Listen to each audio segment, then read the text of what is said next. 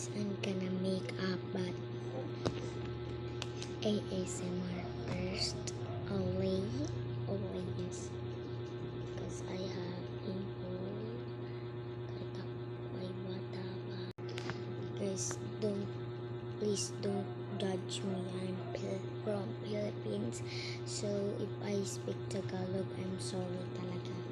Yung talaga it means that talaga means I don't know that in English because I'm going to grade 4 pa lang. So I'm pretty in the mirror, in the personal, but in the YouTube or TikToks I'm not pretty because I'm using filter in there. So guys, please follow me in TikTok.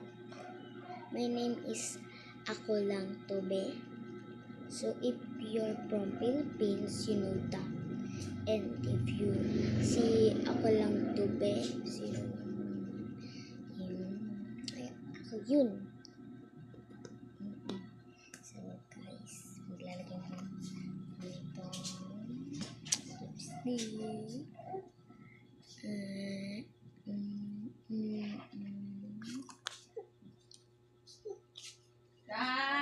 Yan. That is my mom. Yan.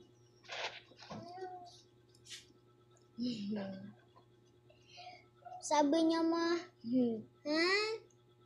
she said that.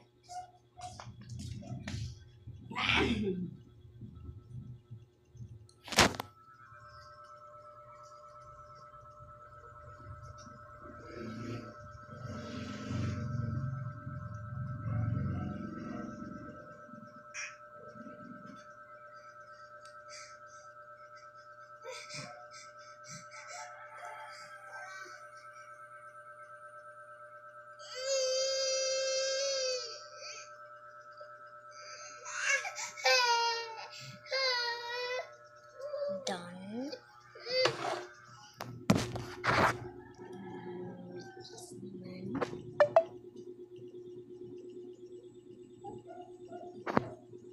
So, tapos na ako maggawa. So, comment for part 2 makeup. Mag-comment lang kayo, mag-makeup ulit ako part